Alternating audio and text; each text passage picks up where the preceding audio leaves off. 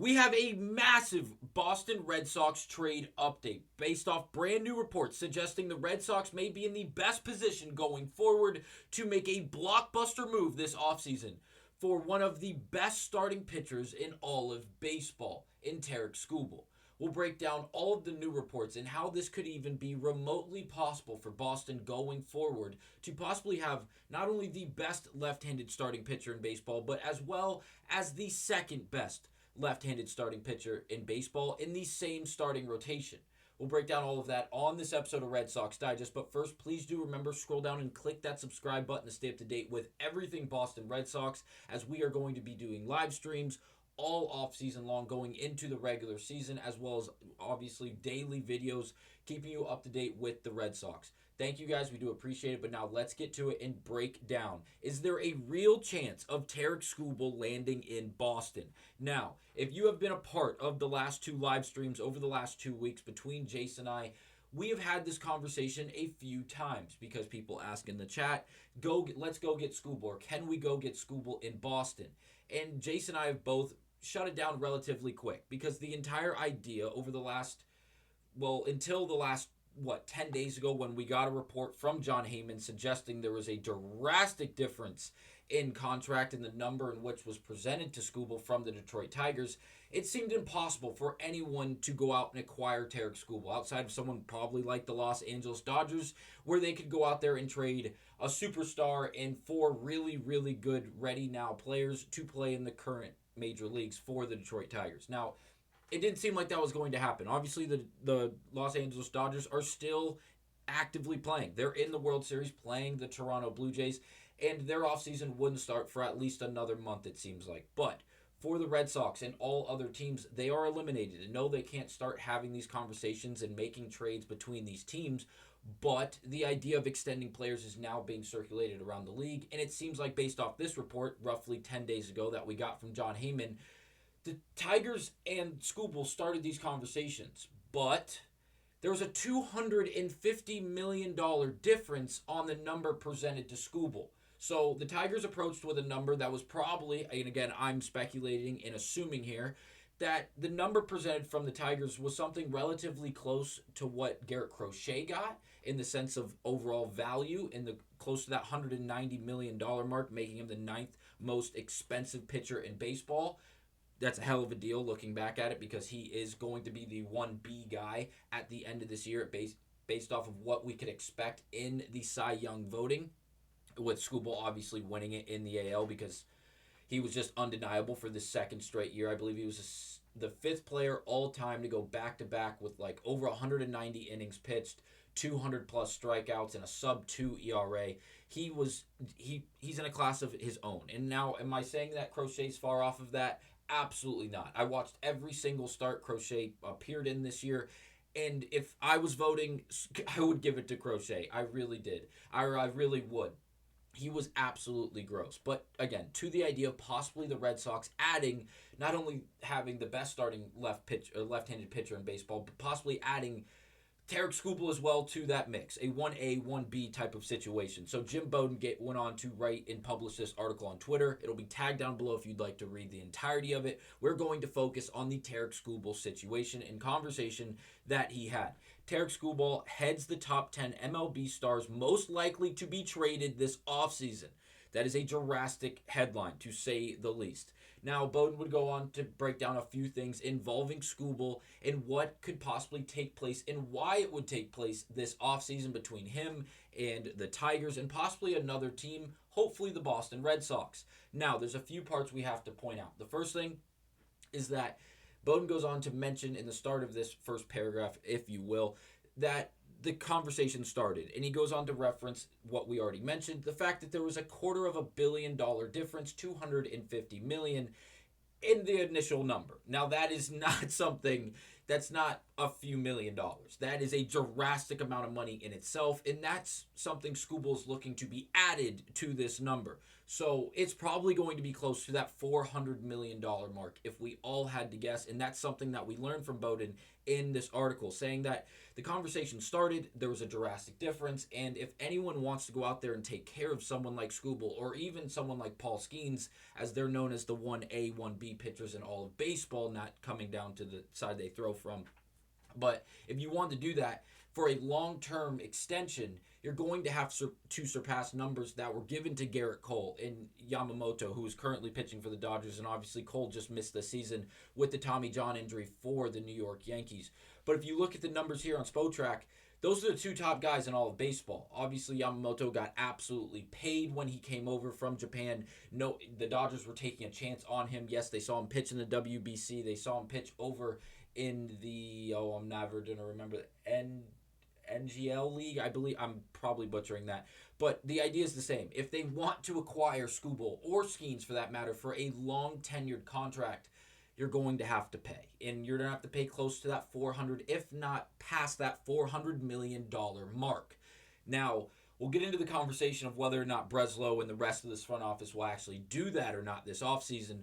But you have to also acknowledge why this is taking place. Juan Soto just got paid $765 million. That reset the market. And I understand he is a position player. He is not pitching. But then you have someone like Shohei Ohtani, who is doing both sides of the ball, playing on both sides of the ball as a starting pitcher, or again, any way you want to plug him into that game. He could close. We saw him do it in the WBC against Mike Trout and others, as well as possibly even relieve. He could do it all. There's no way around it. He's the greatest player to ever live, and I will be the first to argue for Barry Bonds to be in the Hall of Fame and to be the most decorated baseball player of all time. But Shohei takes the cake. That we've never seen anything like this, and he's doing it on the biggest stages time in and time again. He got $700 million. So for Skubal to go out there and look for somewhere along the lines, and I'm going to lowball it here because I'm assuming the bottom line is 400, but I'm going to say the 385 mark up. So 385 million and up is what Skubal is looking for probably close to 6 to 8 years, if not even longer. I wouldn't be surprised if he did get longer, so the team taking care of him. One, wouldn't mind paying him all that money. It doesn't matter if he's 32, 33. He is the best pitcher in baseball. He has been for the last 2 years, and he has been simply dominant. With that being said, the money is going to be well-deserved. He obviously just has to stay healthy and continue to do even just half of what we've seen up to this point, and he will still be considered one of the best pitchers in baseball, if not the best pitcher in baseball. Now, a few things that we have to break down. At the bottom of this, Bowden goes on to break down the teams that would possibly be open and obviously willing to try to go out there and acquire someone like Tarik Skubal. Now, if this is accurate, and we can all assume it is because Jim Bowden is very, very good at what he does, and he has information that really no one else does.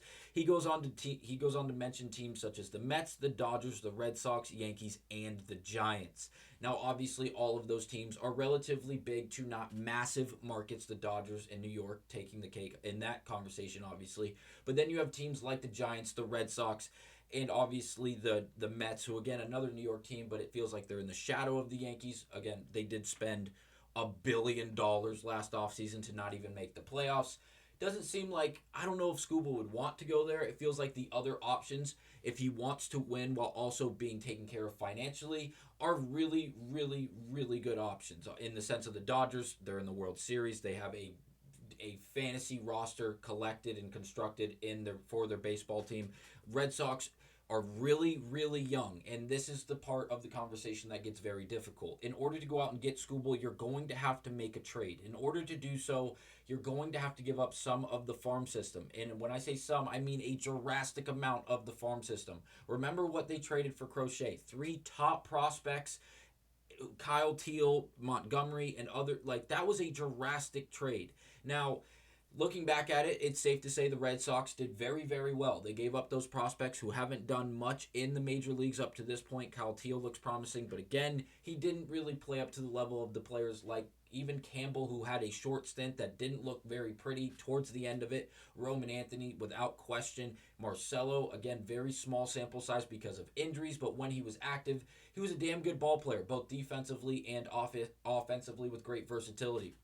They were able to bring in Crochet, extend him for a number that now looks comical in comparison to something along the lines of what Skubal would be getting. And you have to believe, without a doubt, and this is not me speculating, if you ask anyone who covers and follows the game of baseball, if Garrett Crochet was not extended when he was initially acquired before this regular season started, and the season went about the same way it did, he would be demanding close to what Skubal is going to end up getting, without a doubt. Left-handed pitcher, and now converted to a starter. It worked. He led the league in strikeouts. He's going to be the second place vote in the second place spot when it comes to the voting for the Cy Young, and he might even win it. There is a chance. I'm not ruling that out. He's more than deserving of it. It just feels like Skubal is also just that guy, and he's done it. He did it last year. He wasn't the Cy Young winner. He wasn't even to the level he was last year, but 2 years ago he had like a 3.2 or a 2.8 ERA.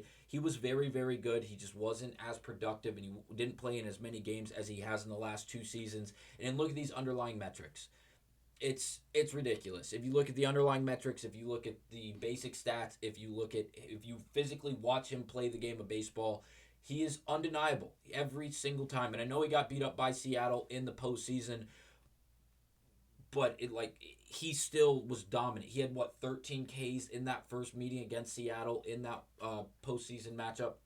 He really is. He can give you 6 to 8 innings in game 1, game 162, or game 170. It doesn't matter. He is very, very good at the game of baseball. No one needs to have that explained to him, or at least they shouldn't, because it's undeniable. If you watch him, it's clear as day. But now to the hardest part of this conversation to wrap up this video. This is what the starting rotation is projected to look like next season. Now, you take into account Kyle Harrison is going to still be a part of the Red Sox organization, as well as Dustin May, Dustin May's gone, but Jordan Hicks will still be there, as well as Lucas Giolito having an option in his contract. He may come back. He may go to free agency. It seems like he's going to come back because of the number that he will receive if he does opt back into this contract. Seems like it's not something he will get in another location unless someone is extremely, extremely needy and needs to go out there and really just eat some money and pay Giolito to bring him into their organization. I doubt that happens. I believe he's a Red Sox next season. But 1, 2, and 3 is very promising and optimistic. Crochet, Bello, and Early. Early is obviously only 23. He was brought up last season. And then there's other guys like Peyton Tolley, who again isn't in the starting rotation, but we could assume he's at least coming out of the bullpen, if not starting for the Red Sox next season, if he's a part of this team. Why do I say that? If you look at the top 10 of the farm system, obviously Tolley is still considered there, but he's in the MLB. The password at number 3, still, again, in the MLB. Early down at the 6th spot in the MLB already, as well as Luis Perales, and then Mikey Romero and others, David Sandlin in AAA. There's a great collection of talent, including the number 1 prospect in the Red Sox farm system, the Franklin Arias, the shortstop down in AA, who has just been simply dominant in the minor leagues up to this point. And again, he's only 19. The Red Sox have a great collection of talent, as well as players like Willie Abreu and Jarren Duran, who could possibly be on the move, as well as Masataka Yoshida, even though he doesn't really push the needle offensively. This could be massive for the Red Sox. They're in a great position because of the collection of young assets they maintain that are outside of the untouchable realm. Roman is untouchable, we all know. But is Marcelo going to be untouchable? Is Campbell going to be untouchable? Which of these starting pitchers, in the sense of young starting pitchers, are going to be untouchable for the Red Sox not to go out there and just deal them for someone like Tarik Skubal? Let me know down below. Who would you be willing to give up out of that young core, including some of these prospects? Kyson Witherspoon obviously was just drafted this past draft. Some of these other guys like like Garcia, the password, Franklin Arias. We've seen him in the minor leagues. Obviously, the password we saw for very small stints on the major league level when injuries called upon. It's going to be interesting to see how this is all played out, and we know the Red Sox are willing to spend some money. At least they said they were. As Breslow said, he's willing to spend the money specifically in the starting pitching department. I hope that leaves them to be very, very aggressive and willing to go out there and make a blockbuster move, because this would push the needle entirely for the Boston Red Sox and possibly being a World Series favorite going into next season. Thank you guys for watching. I'll see you on the next one.